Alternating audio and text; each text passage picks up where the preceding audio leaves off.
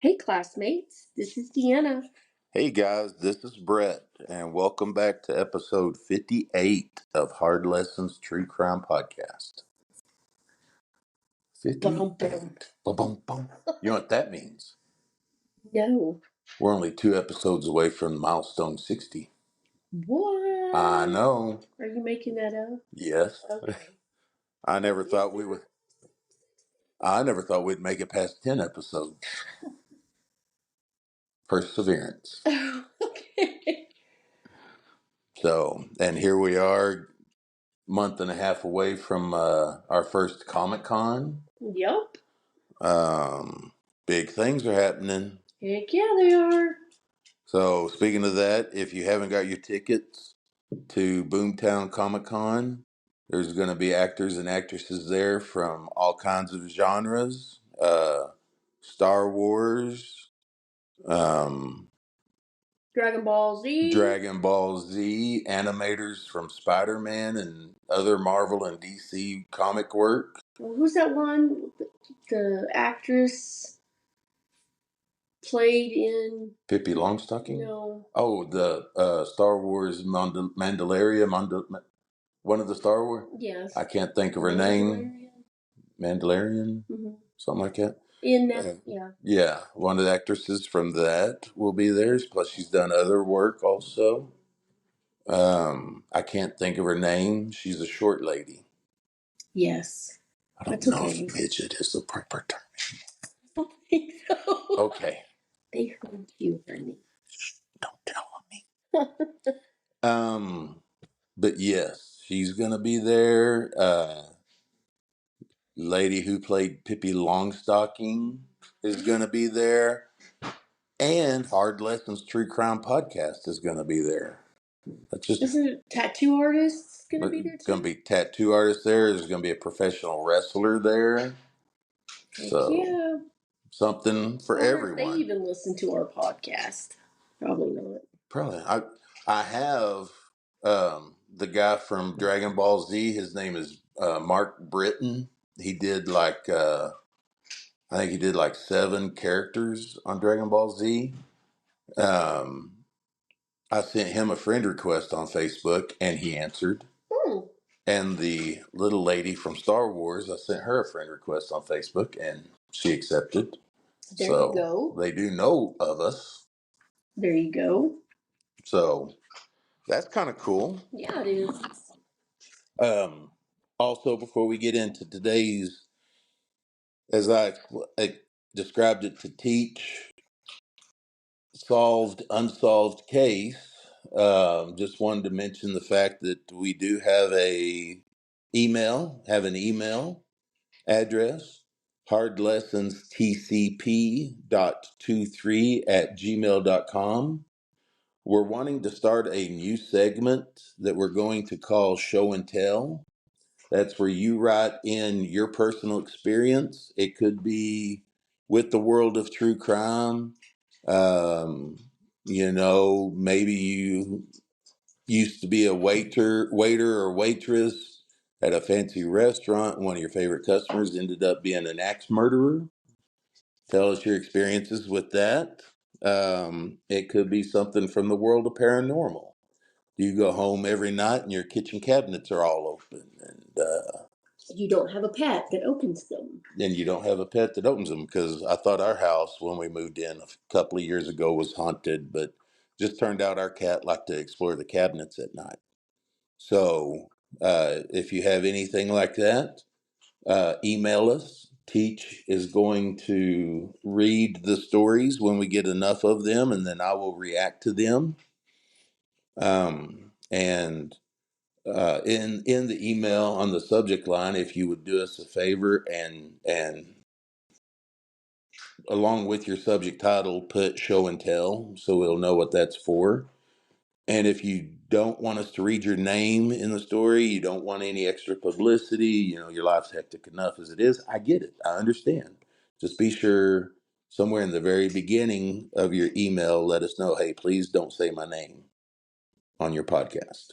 And we won't. We will call you anonymous. Or if you come up with a name that is not yours, we'll call you by that name. Whatever you want to do, we'll do it. So, with all that being said, Teach, how was your week? I'm going to say that it was good.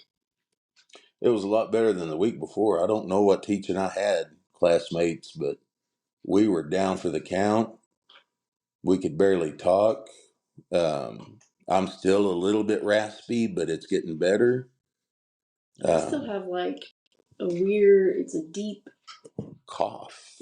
deep chest cough that sounds like I'm a 40-year-old smoker, and I don't smoke. And you don't smoke. Yeah, so it's whatever it is. It's nasty. Mm-hmm. But we're on the mend. Just in time for winter to return to the Texas Panhandle this coming week. Yes. It's going to So be gross cold. it's going to be gross cold. When this comes out on Sunday through, I believe it's Thursday morning or Thursday around noon, we are going to be in a low temp watch, freezing temp watch. I believe the high for Tuesday is supposed to be in the teens. I believe the high for Wednesday is supposed to be in the teens. At night, it's going to get down into the negative temperatures. So, for those listening that do live here in the Texas Panhandle, y'all stay warm and stay safe. Cuddle. Go save those animals that are outside. Yeah, if you got animals, bring them in. Unless they're like cows and horses and stuff. Maybe let them in a barn somewhere or something. Don't bring them into your house unless they're mini versions. They would be in ours. I know they would. They would have their barn, and it would be Insulated. insulated, air conditioned, whatever they need to stay warm. Absolutely. That's what they would have. Absolutely. Well, are you ready to get started? I am. All righty. Class is in session. The more you know. The less that I will need. This one's pretty cool. Okay. I think, as a person who likes to go to the. Did you look up that other one? Like, I said something about the one you said last week. Like, it was a question I had about it. That was the one where Coca-Cola is a few years older than the Eiffel Tower. Was the last the more you know I had. Oh, okay. I'm sorry. Go ahead. No, you're fine. Canada, our friendly neighbors to the north, has more lakes than any other country. In fact, in the world, 60% of all lakes are located in Canada. Oh, okay. Okay. Hence why the water runs down the rivers. Yeah. Yeah. Alrighty. Alrighty. This week we are doing a true crime case. So this is the solved, unsolved, or unsolved, solved? It's a solved, but an unsolved mystery connected to it. Oh, it's like a twofer. Yeah. There we go. All right. All right. So the U.S. Foreign Service is the primary personnel system used by the U.S. federal government. Its mission is to carry out foreign policies of the United States and aiding citizens abroad. Okay? Okay. So this week we're going to be talking about William Bradford Bishop. And the reason I mentioned that about U.S. Foreign Services is because we'll get into it. Okay. Now the foreign services is like they help other people from other countries Or U.S. citizens that are in other countries. Kind of like the embassies now. Pretty much. Okay. Just making sure it's on the same page. William Bradford Bishop was born August 1st, 1936 in Pasadena, California, and is a former U.S. Foreign Service officer. He received a bachelor's degree of science in history from Yale University and a Master's of Arts degree in international studies from Middlebury College, located in Middlebury, Vermont. Okay. So he's a smart man. Yes. Brad also holds a master's degree in African Studies from UCLA, So he has University two of different master's California, degrees. Los Angeles. Nice. After graduating from Yale in 1959, Brad and his high school sweetheart, Annette Weiss, were married. And together they had 3 sons. So after college graduation. After Yale. So after his bachelor's. Bachelor's, okay. Brad then joined the Army and spent 4 years working in counterintelligence. So, him's a 007. him's a Jason smart Bourne. Man. Absolutely. Not quite Jason We need Bourne. to watch Jason Bourne again. Yes, we do. Yes, we do. Almost sound like I was saying Born Again. Mm-hmm. Again, we need to watch Jason Bourne. Mm-hmm. And just to show off his intelligence, he was fluent in 5 languages: English, Italian. Does English count when that is like your native tongue? Well, yeah, because he's fluent in it. Just because everybody should be fluent in their home language. Well, it reminds me back of when I was in high school, my freshman year. I took Spanish, and I walked in, and there were several Spanish girls in the class, which is the only reason why I passed, because I friended them real quick. But I asked one day, "Why are you in here?" And she's like, "Easy grade." I was like, "Okay, makes sense." So, yeah, but that is not. Well, the article counted it, so I did too. Okay, there you go. Yeah. I was just curious, like, that's natural when you speak it. Right. Okay, I'm sorry. Go ahead. English, Italian, French, Spanish, and a combination of Serbo/Croatian. Whoa, it's kind of like a Russian spin-off. Mm-hmm. After Brad left the Army is when he joined the United States State Department and served many postings in foreign services. Nice. Mr. Hotshot, 5-language man. Some of his postings included Verona, Milan, and Florence in Italy, and a city in Ethiopia that I'm going to attempt to pronounce the name. I even looked up how to pronounce it. In English, it transfers to New Flower.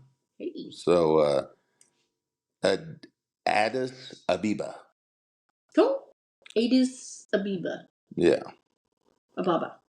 And Gaborone in Botswana, Africa. Okay. What you looking up? Nothing right yet. Oh. I was exiting out. Botswana. In 1974, Brad began serving at the State Department headquarters in Washington, D.C.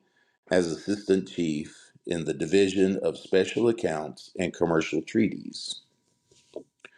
When he started with the Washington, D.C. Post, he and his wife and 3 sons bought a house and lived in Bethesda, Maryland, along with his mother. His dad passed away, and his mom moved in with them, lived with them. Okay. On March 1st, 1976, Brad learned that he was passed over for a promotion that he had put in for. Told his secretary that he wasn't feeling well and went home. The last known reported sighting of Brad was outside the State Department by a colleague named Roy. Why is that so hard to say all of a sudden? Roy Harrell Jr. Oh my gosh, it is. Are we even saying it? Roy. His name is spelled R-O-Y, classmates. I don't know why I'm not being able to say it. Roy Harrell Jr., who said Brad seemed agitated. I mean, he had just been passed over for promotion. Yeah, he was probably trying to process everything that he did wrong. Mm-hmm. So that he could turn around and do it right. Yeah. Or at least, not want to go commit homicide or something on somebody because he didn't. Oh, okay. I must have gave Teach a look. Okay, so he flips his wig. There's a reason I'm calling him Brad instead of Bradford, because he preferred to be called Bradford, but I'm not giving him that respect. He's Brad. Okay, let's continue. I jumped the gun unknowingly. Police believe Brad drove to his bank, withdrew several $1,000s, and then to the Montgomery Mall, where he purchased a ball peen hammer and a gas can. A hammer of all weapons. A hammer. That's pretty personal. Filled the gas can at a station across the street from the mall. He then drove to a hardware store where he bought a shovel and a pitchfork. Now, this is all speculation because remember, last time anybody reportedly saw him was the dude that we had a hard time saying his name, Mr. Harold Jr., Okay. in the parking lot as he was leaving. So they're just making whatever happens next up. This is all speculation. Okay. Put together by the police and the FBI. Okay. Sometime between 7:30 and 8 o'clock, Brad returned home. It is believed that he first killed his wife as she slept in their bed, and then his mother as she came back from walking the family dog. Okay. And then finally, his three sons, ages 5, 10, and 14, as they slept in their bedroom upstairs. So he's a familicide. Familicide. And if classmates, if you had never heard that term before, familicide, basically a person that kills their family. Yep, annihilates them. Think of Chris Watts, probably the most famous familicide of recent times. An eyewitness said that the car, I skipped a page. Sorry about that. I flipped 2 pages instead of 1. I bet you I'm the first podcaster in the history of podcasting that has ever done that. Ever. You're the only one that's ever made all these mistakes. I know it. I can't say a Roy? Name, a typical name. I can't. I flip 2 pages at one time. Oh my gosh. All right. And I want to be professional. Allegedly, Brad drove the bodies over 275 miles in the family station wagon to a swampy area 5 miles south of Columbia, North Carolina. On March 2nd, so the day after, a shallow hole was dug where the bodies were placed inside, and the gas was then poured on them and set afire.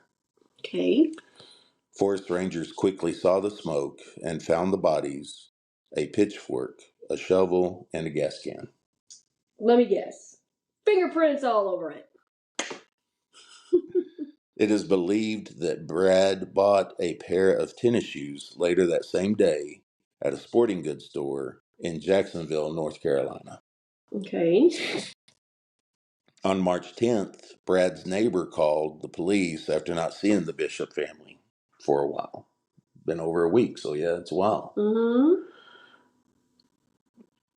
A detective found blood on the porch, walls, floor, front hallway, and bedrooms of the home.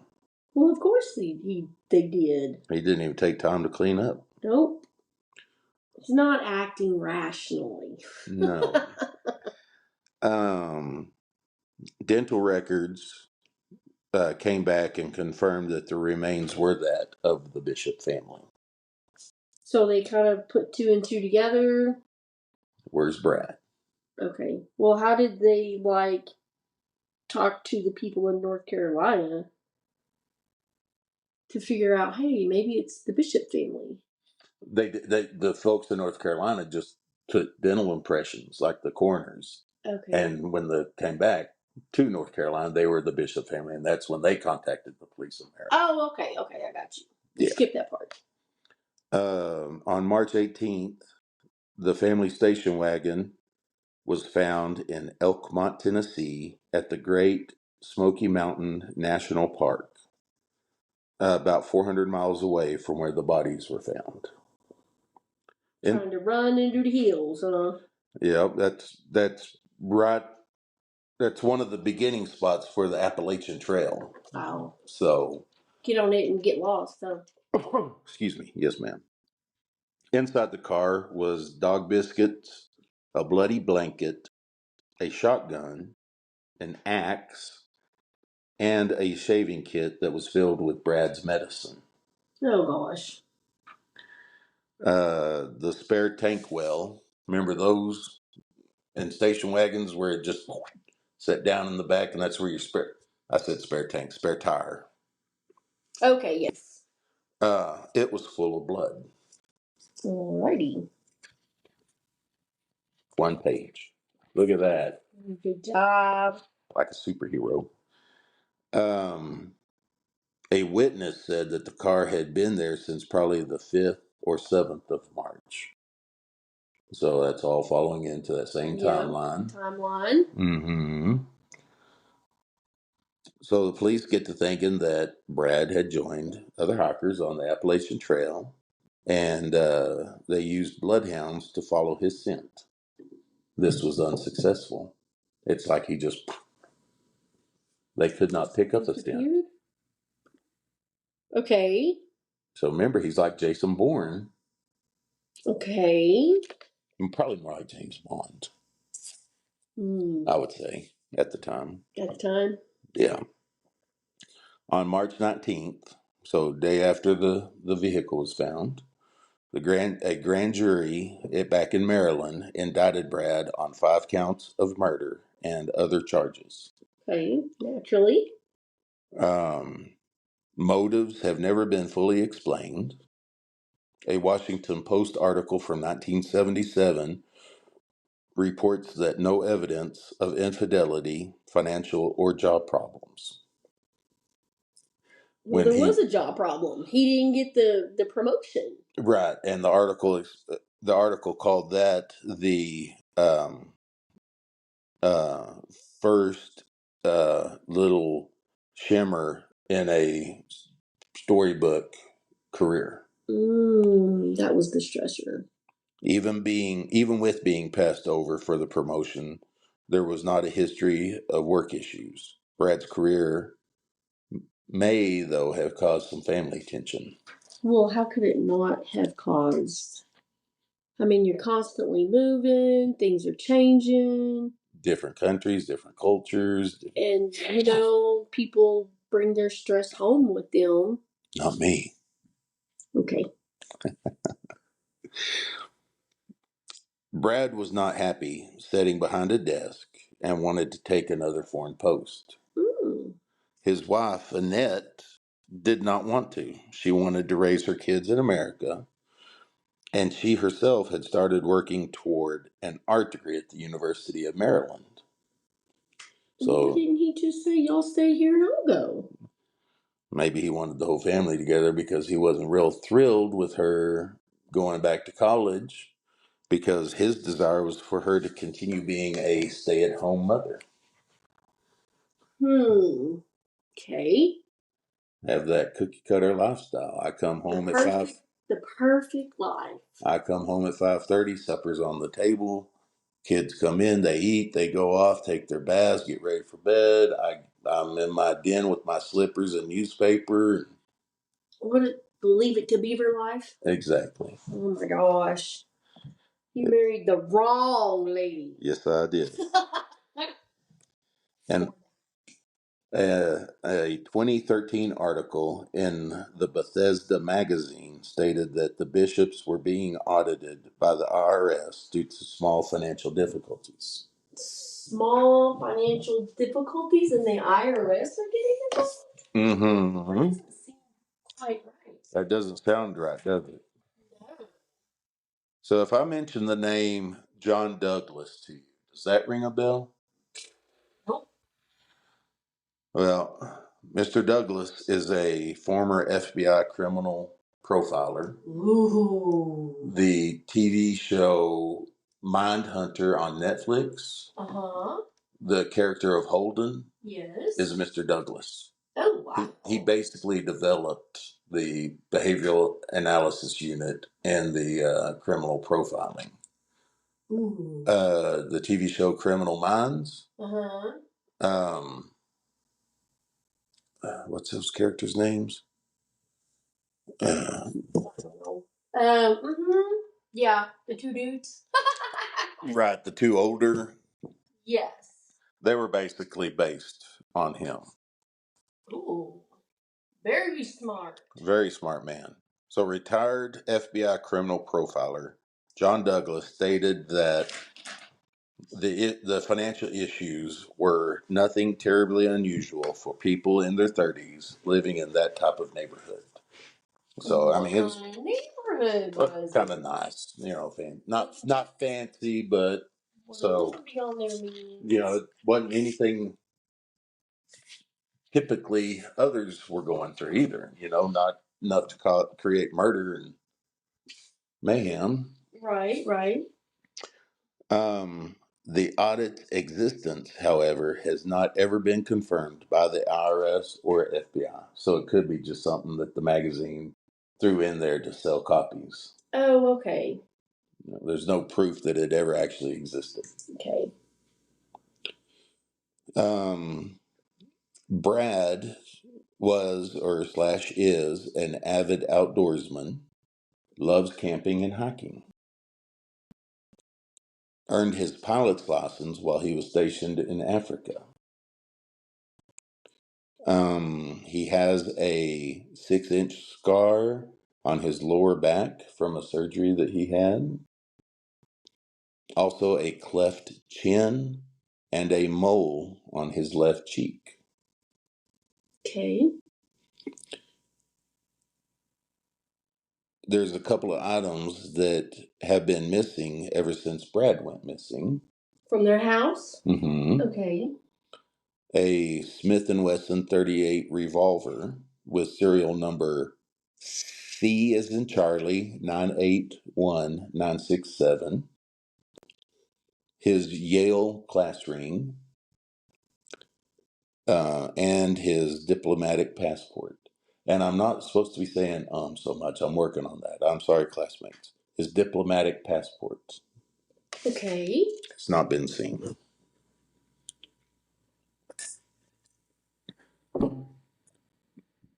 And the FBI likes to point out how he had a 1 week head start on them. So yeah, he could have went anywhere. He could have.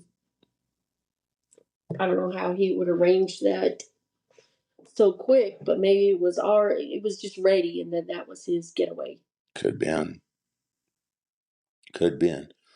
Over the years, there have been numerous sightings of Brad. Mm-hmm. 3 of the most notable are in July of 1978, a Swedish woman who knew Brad while he was stationed in Ethiopia saw him twice in Stockholm within a week of each other. Hmm. She did not contact police because she did not know about the murders. Yeah. So she just saw him. She didn't talk to him or anything. It didn't say if she talked to him. It just said that she had seen him. She had seen him twice. Okay. So, January 1979, Brad was reportedly seen by Roy Harold Jr. in a restroom in Sorrento, Italy. Roy was over there just on vacation and happened to boom. Boom, there he was, seeing him. Mm-hmm. When Roy confronted Brad, the man ran off. Nothing says you're guilty till you run. That's right. Guilty people don't run. That's right. That means I'll never be guilty of anything because I don't run. Are you just going to own up to it? I'm just going to be like, you know what? You got me. September 19th, 1994, in Basel, Switzerland, a town. September what? 19th, 1994. Whoa, that was 2 days before our daughter made her grand entrance to this world. Basel, Switzerland, a town in northern Switzerland. A neighbor who just happened once again to be on vacation of the bishops from back in Maryland, saw Brad as she was exiting a train platform. She reported to the police that she saw him getting into a car just a few feet away from her. She described Brad as being well groomed. Are you sure it was Brad? It was somebody that looked identical to him. If it was not him, he had the same mole on the side of his cheek. She saw enough of him to know that She that was Brad. like feet away. Oh. The case has been featured on Unsolved Mysteries, America's Most Wanted, and a show that apparently was on ABC that I don't remember called Vanished. I don't think it didn't last. Okay. It's also been featured on numerous television shows from other countries around the world, but I couldn't pronounce them, so I wasn't going to write them down. I don't blame you. I wasn't going to, I can't say Roy. How can I say a foreign television show name? 2014. Nope. In 2011, the FBI used fingerprints to determine that reports Brad had died in Hong Kong and France were false. Okay. In 2014, the FBI, again getting involved, exhumed the body of an unidentified man that people said resembled Brad. The man was killed in 1981 in Alabama while walking his dog along the road. DNA tests were negative. So this was not Brad. They also came out with a report in 2014 stating that they believed Brad was hiding in plain sight in the United States. May have gone into the education profession. Also, they believe that he has avoided contact with police. He's always getting his license renewed under whatever name he's going by. Never done anything wrong, because obviously when he gets arrested, his fingerprints will show that this is Brad Bishop. Yeah, but with those 5 different languages, and it proves that he can pick them up rather quickly, he could be anywhere. He could be anywhere in the world. That is right. And I am starting up my computer so look him up. I can show Teach a picture of Brad Bishop, because normally I already have it done. Okay, this is him when he left. This is age progressed. Okay. Clay Yes. molding. Well, there you go. I was saying, now, new update. Recent update. Like how recent? March 2021. A woman who had been adopted at birth contacted the FBI. Oh. This lady's name is Kathy Gilchrist. Okay. She had been wanting to find her adoptive family. All the adoption records were sealed, and her adoptive parents said that the mom said, please don't ever tell her about me. Okay.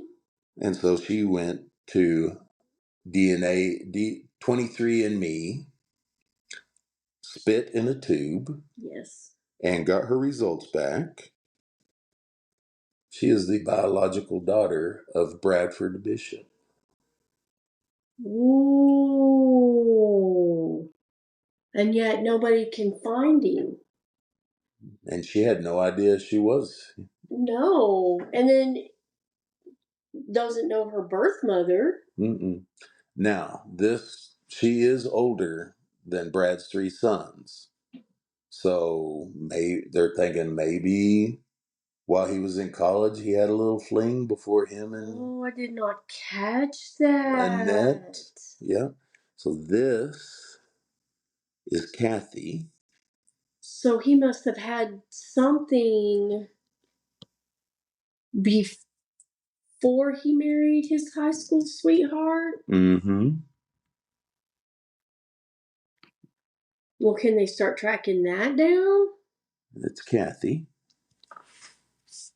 Okay. So, claim to take a DNA test. Brad is her biological father. The FBI did their own testing and confirmed that she was, in fact, Brad's biological daughter.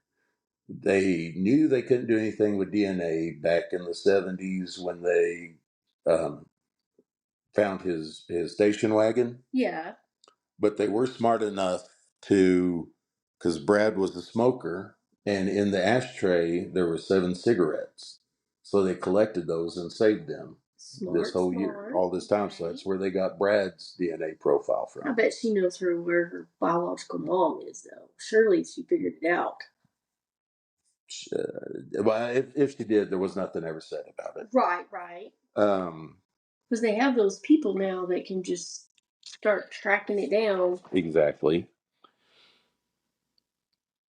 The fact that Brad did have another child older than his own is the biggest development in the case for over 40 years because it opens a side of Brad nobody ever knew about. No. And that was a quote from FBI agent that apparently I didn't write her name down, but she was mentioned in this article that I will give in the bibliography here in a little bit. Okay, so while he was going to Yale, Apparently he had a fling with a girl. Couldn't they do their investigation and figure out, like, narrow it down to, like, what girls left?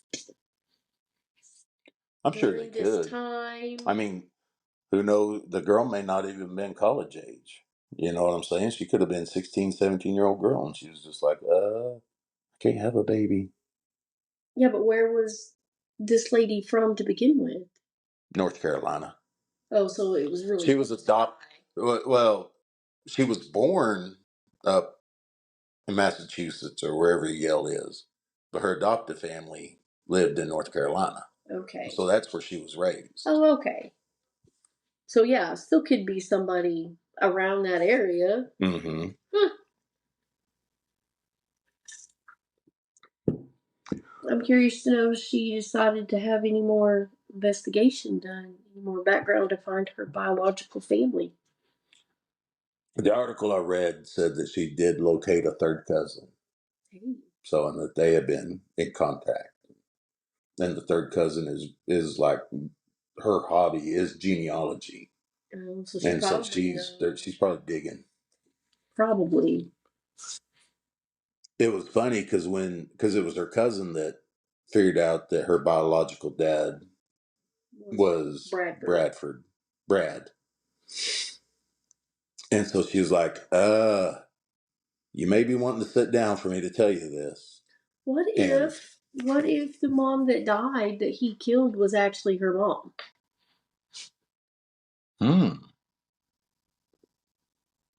That'd be interesting. I mean, yeah. they didn't get married for 4 years, so That's true. I mean, it could be. She wasn't going to college. No, ma'am. So, anyway. She, so the cousin calls her, says, okay, I've got news on who your biological father is. You may want to sit down. She's like, is he famous? You could say that. And so she's like, okay, I'm sitting down. It's William Bradford Bishop. She said, I had to ask her, who's that? I'd never even heard of the name before. And the cousin was like, I'll let you Google it. Yep. In 2014, Brad was placed on the FBI's 10 most wanted list. I'm not sure why it took so long, but 40 years later, there he is. Wow. But he was removed in 2018 to make room for more dangerous criminals. Yeah, he pretty much dropped off the face of the earth. He's not like it's dangerous. Mm-hmm. Today, Brad would be 88 years old if he is in fact still alive. And the FBI is still actively working the case, receiving tips on a daily basis. And that is the crazy, solved but unsolved case of William Bradford Bishop. My bibliography for this week: NBCWashington.com. FBI confirms North Carolina woman is accused killer Bradford Bishop's biological daughter. Unsolved.com. Just his name, William Bradford Bishop. FBI.gov. William Bradford Bishop added to the FBI top 10 wanted list. And Wikipedia.com. Bradford Bishop.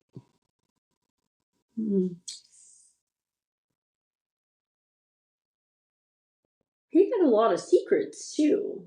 Oh, Being in his position, he knew a lot of things. exactly. Yes, He could have ma'am. been selling those. Why else would you travel to other countries and be apparently dressed affluently? Exactly. He could have been He in could have been deep with hoarding money all this time and Yes, ma'am. Very well could have. There's no telling. I mean, he could be in with the Russian mafia. He could be in with the crime family and biggest crime family in Italy. He could be our next door neighbor. that dude that shows up every 2 weeks. Well, not that house, but the house on the other side where that old man lives by himself, drives the white pickup. He's by himself? I think he has a wife there. She died not long after we moved in. Yeah. Okay, that's right. Okay. Well, So if you are suspicious that your neighbor across the street is Bradford Bishop in disguise, number one, call the FBI. I don't have their number, but you can Google it. Number two, send us an email at hardlessonstcp.23@gmail.com and tell us your story. I'd like to hear theories too on these things. Yeah. I think he just went up. He could have walked up over the Appalachian Mountains and went anywhere. He could have been living his happy life in Canada. Absolutely. You know who I would like to hear their thoughts on this case? Who? Connie Lockridge. Why? Dude, she was probably one of the best detectives, most thorough that I had ever been around in my law enforcement career. Um, this would have been a case that she would have just been like bird dogging and would not have stopped. So I would just like to hear Connie's thoughts on it. So if you're listening, Connie, tell me what you think about William Bradford Bishop. Can't the FBI make adoption agencies turn over information? I don't know if that's protected or not. I don't know. I mean, I don't know. It would not fall under, you have a warrant and you can only have this information. Right. See, I don't know, like, if that falls like part of HIPAA. Yeah. Because it would be kind of nice to know who the biological mother is. But surely, how long ago did that come up? The father? That she 2014? 2021, wasn't it? Oh.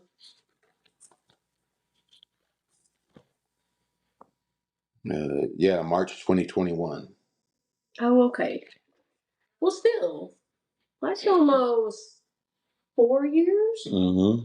Surely they've found more information. Maybe you need to Google more information about her. It says that she's an author. That'd be cool to read her book.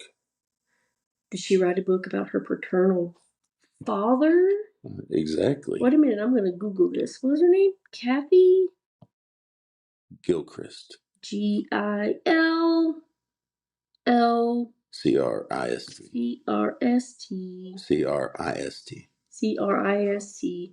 Ooh, It's in My Genes is the name of the book, and apparently it is a great read about growing up as an adoptee and locating biological parents. It says parents, so maybe she has found something out about her mom.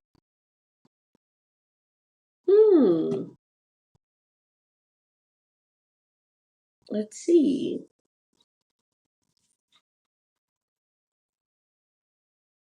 Well, what's the name of the book? It's in My Genes. It's in my genes. Apparently it's on Amazon. That's exactly where I'm looking. Boom. Oh, I spelled it jeans wrong. There we go. Yep. There it is.